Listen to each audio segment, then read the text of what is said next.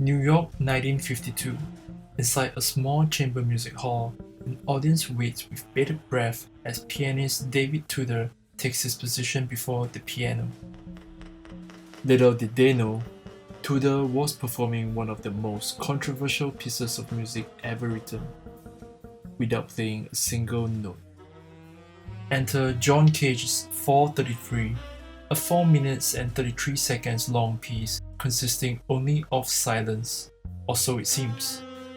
What first appears to be an absence of sound is, in fact, proof that silence rarely exists when we really listen. An audience's coughing, the flow of air,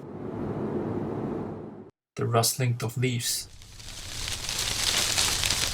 Instead of making sounds, Cage wanted to create a frame within which we can truly be present.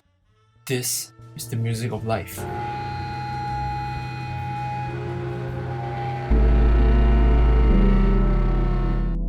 It's fitting that 70 years later, this idea will find its way into a film about the ultimate silence, deafness. In an interview, Nicholas Becker speaks to the influence 433 had on the film.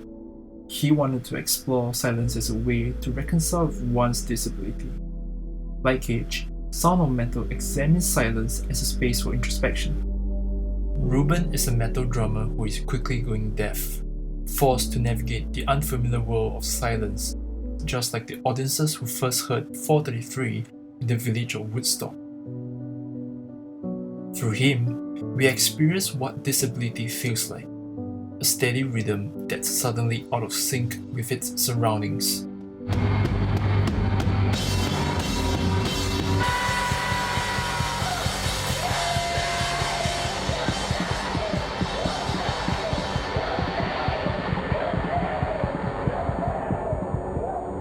His instincts push him to recreate the rhythm he once had control over, but it doesn't sound the same anymore.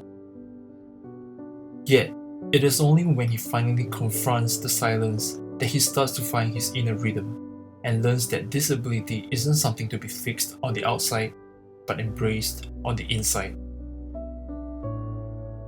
Too often, cinema tends to fall into the trappings of ableism when depicting disabilities, perpetuating stereotypes about disabled people as less than normal.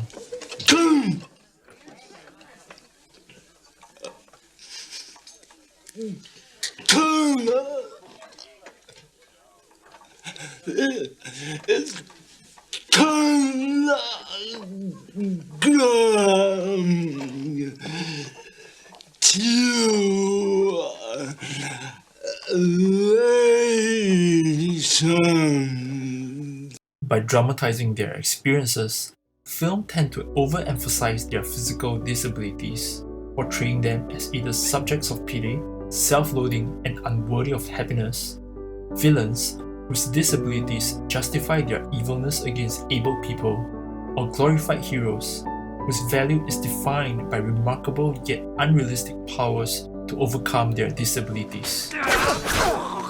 Whether conscious or not, the way disabilities are framed as a defect to be compensated for is problematic.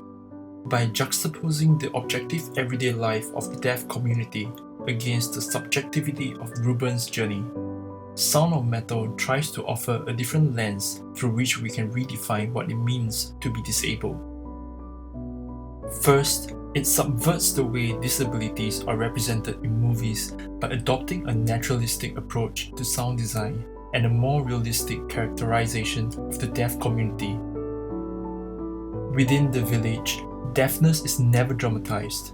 Instead, it allows the true diegetic sounds of a scene to play out.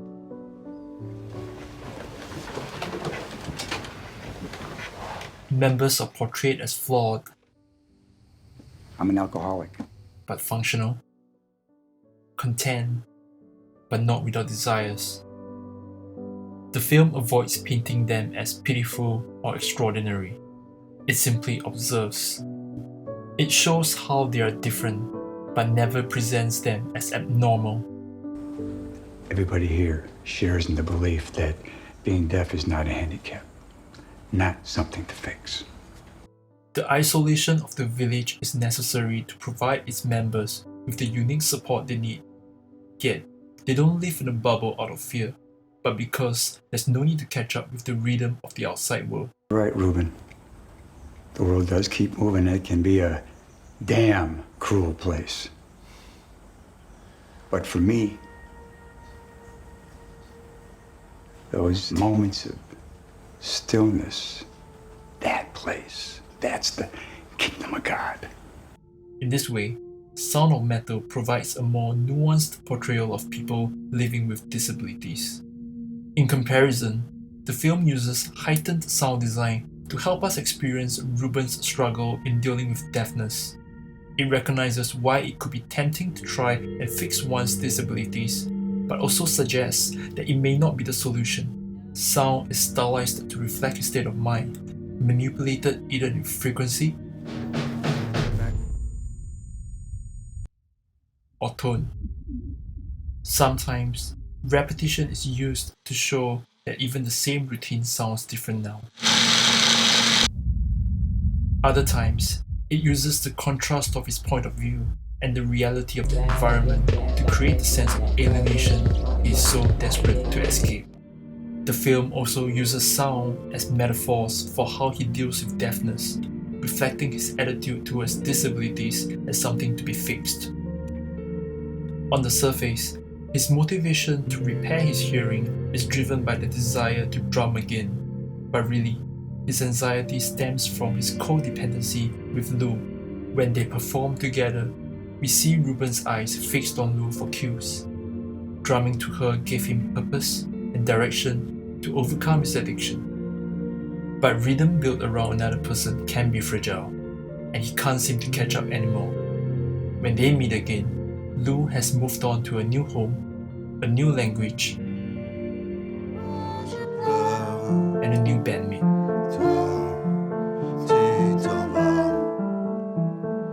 The rhythm they once shared doesn't sound quite the same anymore. Instead, Ruben finds himself trapped within a world he once knew but can't quite understand anymore. The new world without sound feels daunting at first, silent and alone. Yet in it, he also experiences peace and serenity. He learns to help others and connect with himself. It is when he stops trying to recreate the sounds he once heard and embraces the silence that he starts to find his inner rhythm. Sound of Metal doesn't try to provide answers, but it does try to offer perspective through Ruben's journey. At the start, the camera frames him in side profile, shaky and handheld. The lighting is harsh and the music aggressive. There is no clarity, only chaos and uncertainty. But in the final scene, he is framed in front profile and the camera is still. The lighting is soft and there is only silence. He looks calm and at ease. Comparing the two scenes, Ruben may look the same on the outside, but inside, he is not the same person anymore. The chapel bells even mirror the sound of his drumming. But it's only a distorted impression of what he remembers. He is even wearing a hearing aid in both scenes, but at the end, takes it off. His world has changed, but so has his perspective. Because this is when his journey is truly complete, as he finally stops trying to recreate the rhythm he once had.